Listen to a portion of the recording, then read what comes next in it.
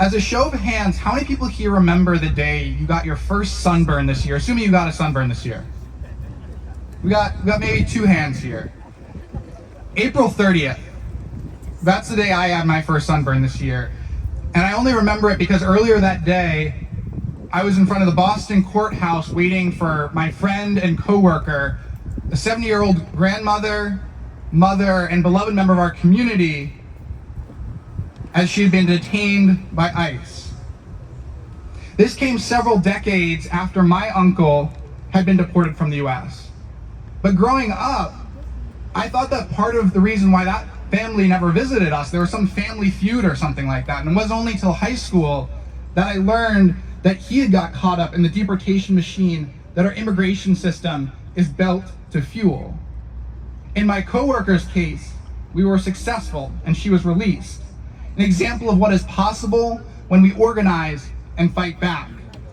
But my uncle didn't have that community that could organize together to support him back then, and he was ultimately deported and barred from coming back to the US.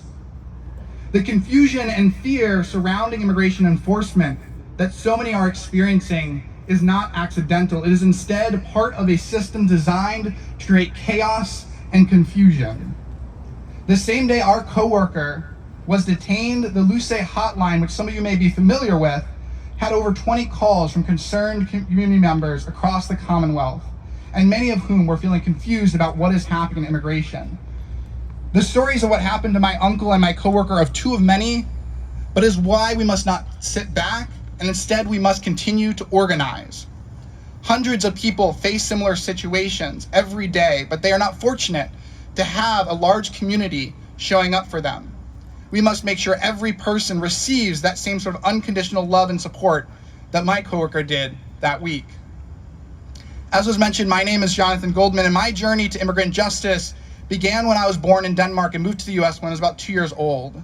I grew up in a small hippie commune down in Maryland that taught me that liberation is something that is collective, that requires all of us to come together here, and that systems can be reimagined.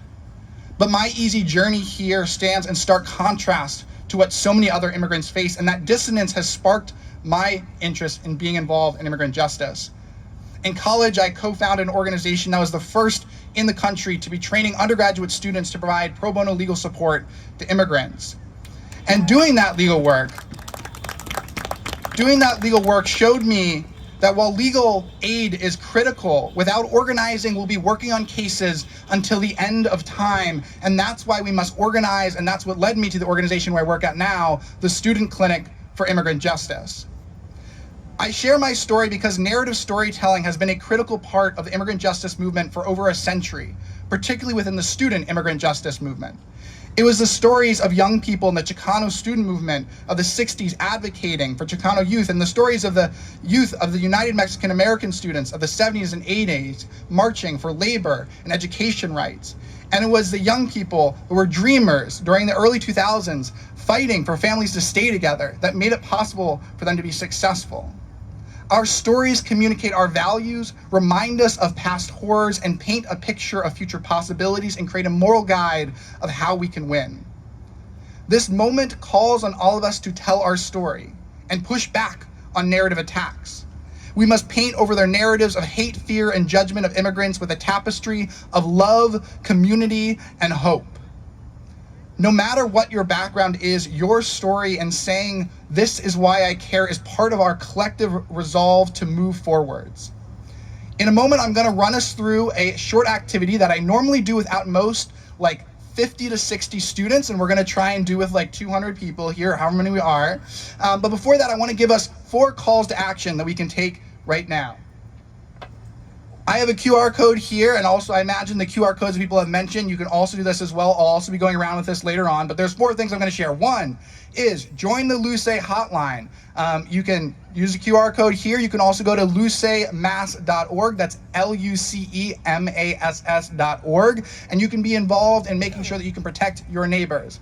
A second thing is accompanying people to their appointments, whether it is here, whether it is in Boston. You can do that by going to beyondbondboston.org and join. You can also use this QR code. It has that link there as well. You can also get updates about how you can get involved in the organization, support young people that are on the front lines doing this work. The fourth thing that I'll mention is if our friends from Mira, if you can put your hands up wherever you are around here as well.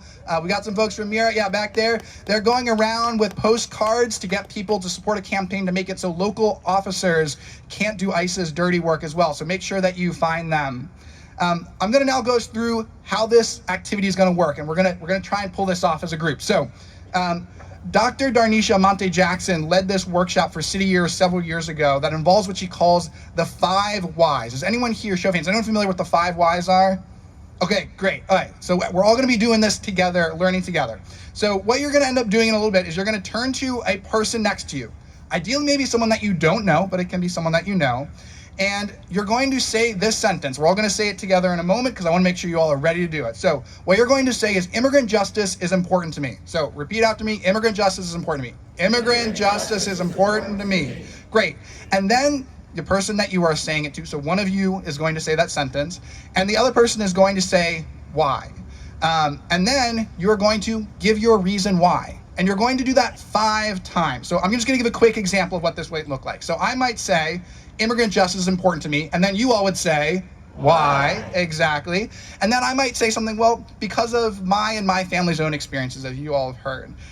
But you may have a follow-up question to that. You may say, well, why is it important to you when the impacts aren't felt quite as deeply by you and your family? That's certainly true for many people who come from immigrant backgrounds here.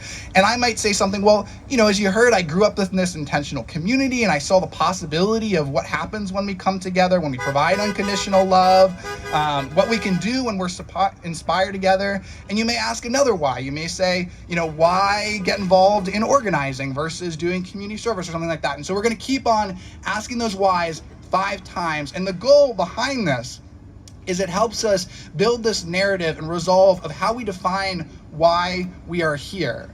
So much of the narrative right now is around people saying, why are you doing this? Why are you showing up? Why do you care?